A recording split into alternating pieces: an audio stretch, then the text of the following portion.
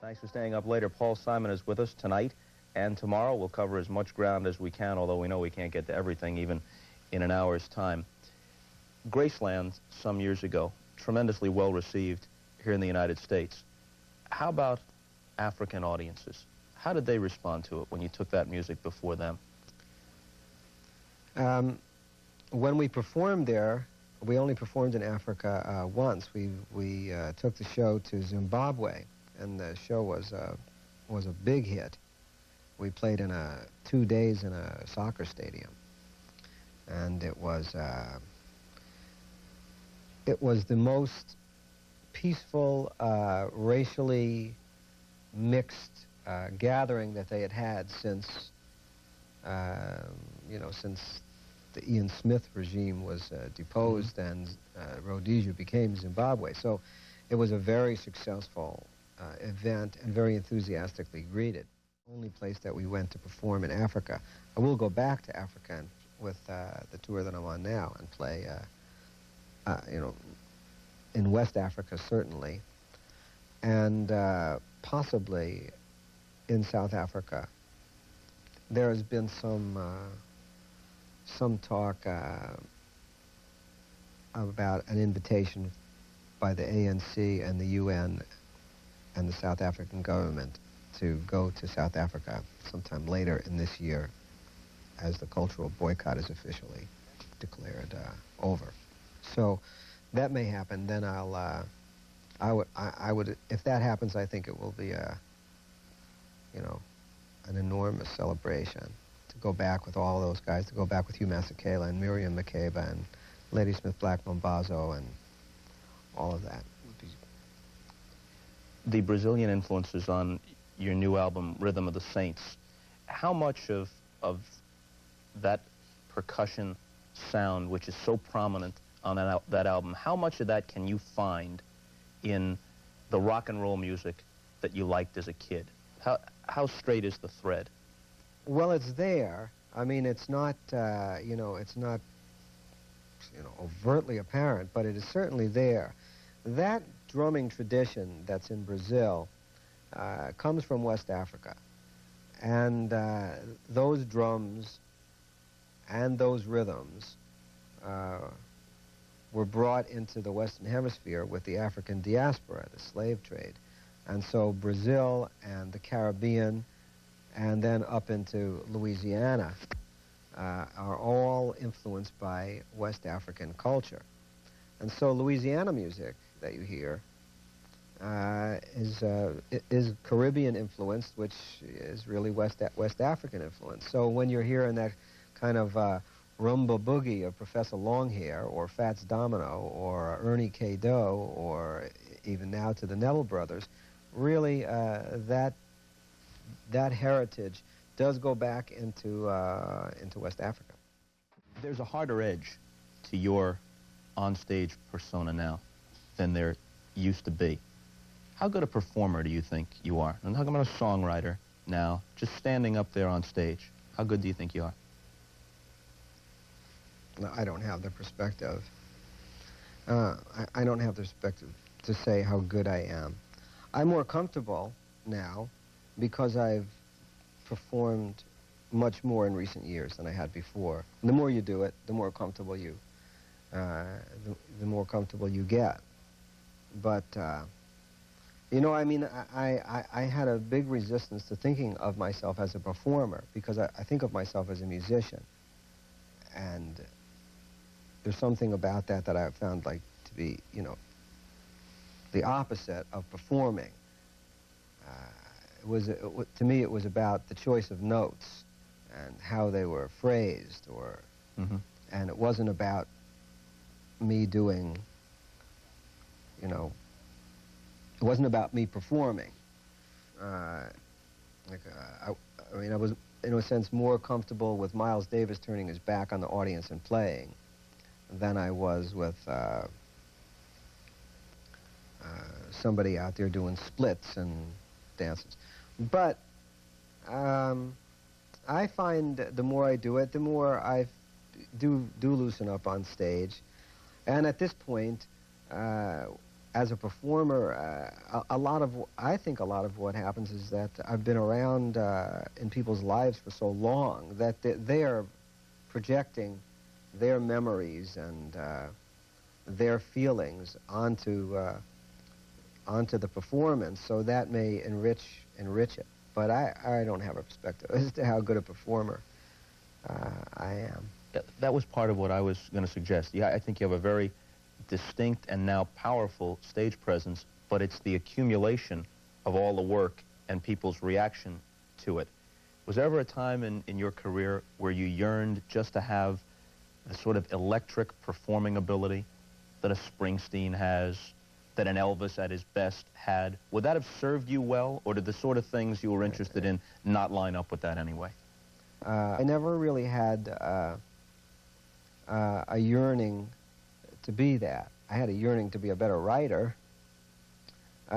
Sometimes I felt frustrated by my limitations as a singer, particularly if I wrote a song that was more appropriate to another type of voice, you know. Bridge Over Troubled Water, for example. I mean, I think Artie's version of Bridge Over Troubled Water and Aretha Franklin's version of Bridge Over Troubled Water pretty much cover how that song should be sung. And yet I wrote the song. I felt, you know, pride in writing that song. So that, yes, I wish that I was a better player. I wish I was a better singer. I wish I was a better writer. But I never wanted to be, I don't mean this in any disparaging way, I never wanted to be Judy Garland or whoever, or even Elvis Presley, or, you know, because it was, to me, it wasn't what musicians did. I'm the child of a musician. My father was a musician. So it was not what musicians did. You know, it was, they didn't go out and, you know, beg for attention or try to please the audience. They played to the best of their ability, and what they tried to please was the muse of music, you know. So that's really where I came from. I noticed that in some of your recent videos, Obvious Child, you're in a courtyard, Proof, where Steve Martin and Chevy Chase make an appearance, you're on a garish float in the middle of a parade. You go back and do a video some years later of me and Julio, and you're in one of those schoolyards that you and I both played in. These are gregarious sorts of settings that seem to be at odds with some of what people have heard about you, that you're a more introspective person, that you're not that outgoing a person. And yet these are conspicuously joyous scenes surrounded by lots of people at a very high energy level. Well, you know, that's another thing that I really don't have a perspective on. I remember when I was a kid, little kid, wandering into up to the local candy store to buy my comic book that I wanted. And the owner of the store, or whoever it was, one of the guys behind the counter who knew me, they would say, "What's the matter?" And I would be thinking, why are they saying, "What's the matter?" There's nothing the matter. Like, I'm just thinking, you know, I mean, like, I'm like concerned about what's going to happen in this next Captain Marvel comic book. And they're looking at my face and saying, "What's the matter?" So, I mean, there's something about my demeanor that seems quite serious, when in fact, although I am serious, a lot of me is daydreamy, off in some world, you know, and I've always been like that. Now, my public persona, I mean, in terms of interviews and things, I suppose is guarded. First of all, I'm not very comfortable with people knowing a whole lot about my private life, and they do. They do, you know, I mean, I'm just not comfortable about that. So I try, you know, to make sure that I have enough protection so that I won't be, you know, hurt by something. And I guess that's seen as being, you know, either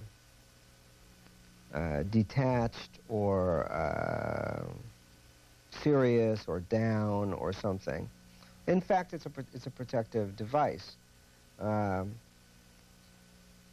It hasn't really like done any serious damage to my show business career. I've been doing fine for a long time, so people think that I'm whatever, you know, very serious or don't laugh or not gregarious or whatever it is. I mean, you can't keep saying, well, yes, I am. I do laugh, and I mean, actually, I've been doing comedy like for 15 years. I mean, you know, and The SNL stuff. no, that's the image, you know, of me. And introspective, well, that's true. That is, I am that. That's my job in writing, in songwriting, is to, you know, find out what's on my mind and what my emotions are and try and get it out there as honestly as I can. Do you think it's true of most composers that there's a slice of their life where the muse visits for whatever reason, and maybe the performing skill remains, but the creative gift seems to elude them? It hasn't been true in your case because there's a long string of work, but with a lot of them, it can't get it back. Yeah, that's true. That's true. This whole subject of creativity is one that really people don't know much about. I do think that you're fortunate if the muse, you know, stays with you over a period of time, and you would be wise not to do anything that would make it harder. In other words, try not to mess up your brain, you know. Try to put yourself in a position where you're stimulated by, you know, by whatever it is that you do, so that you can keep working if the inspiration is still available. And even so, there are examples of people whose creative output simply stopped. Did you ever think you'd hit that wall yourself? Oh yes, I always think I always think that when I begin on something, I think, gee, I really have no idea what I'm going to do. I don't know if I can do it. I have no ideas. I'm blocked. Well, I have said everything I have to say. I mean, I go through that all the time. And then when I do complete something, my feeling is much more in the category of relief than it is, you know, exhilaration. Like, well, thank God that that it happened, you know, that. So when Graceland became a big hit, I was just relieved, you know, that I was going to be able to go and make another album after that and, you know, not just be dismissed, you know, by everyone.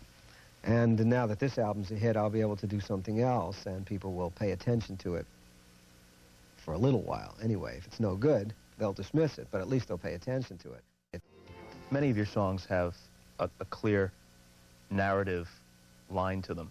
Then there are others where there are phrases that stick in people's imagination. Do they always mean something to you? Yes. Or did they sometimes, well, you've answered it. Why Deny the Obvious Child has a specific meaning to you as opposed to, that's just interesting. It has several meanings to me.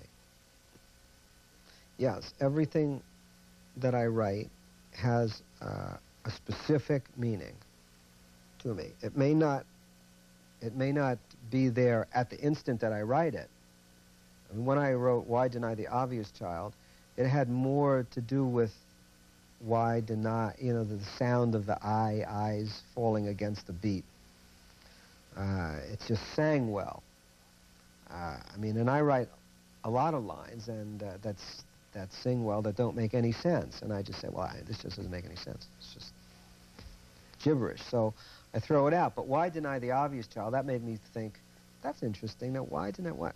What is that? What does that mean? What does that mean to me? And then I found meanings for myself, and that you know, that validates the use of the line. If I couldn't come up with any meaning at all, I'd say, well, it's just a bunch of sounds that are pleasant, and forget it. Is there a right meaning, which is the one meaning or several meanings it has to the composer? Or is it a valid and understood part of the process as you compose a song that a reasonable person, an intelligent person, might invent their own meaning, Right. and that's fine by me? Right. That's fine by me. The first time I heard the line, "the cross is in the ballpark," maybe knowing because, like me, you're a baseball fan, my thought was that it was a reference to the spiritual life of a kid who decides that religion is the monuments at Yankee Stadium. My personal cross is in the ballpark. But then I read someplace where what you were getting That's a good one. I hadn't thought of that. That seems fine to me. But That's it wasn't real. what you were thinking. No, I wasn't thinking that. The first thing I thought was, it's like the Pope comes to Yankee Stadium, you know, or Billy Graham, you know, or any of those huge evangelical gatherings that you see in stadiums somewhere where people seem to tearfully march up to what one assumes is second base covered over by, you know, something. You know, that was my first thought. Then I thought, well, actually, yeah, that's obvious, but actually, in a kind of shorthand, I feel the cross that we bear, the burden that we bear, is in the ballpark, like it's a ballpark figure, like it's doable, it's bearable. We can make it. And then I like that meaning more. But the first meaning still worked for me. I mean, it was not, I mean, it wasn't, you know, particularly insightful to say there are, you know, huge gatherings of, huge religious gatherings in stadiums today.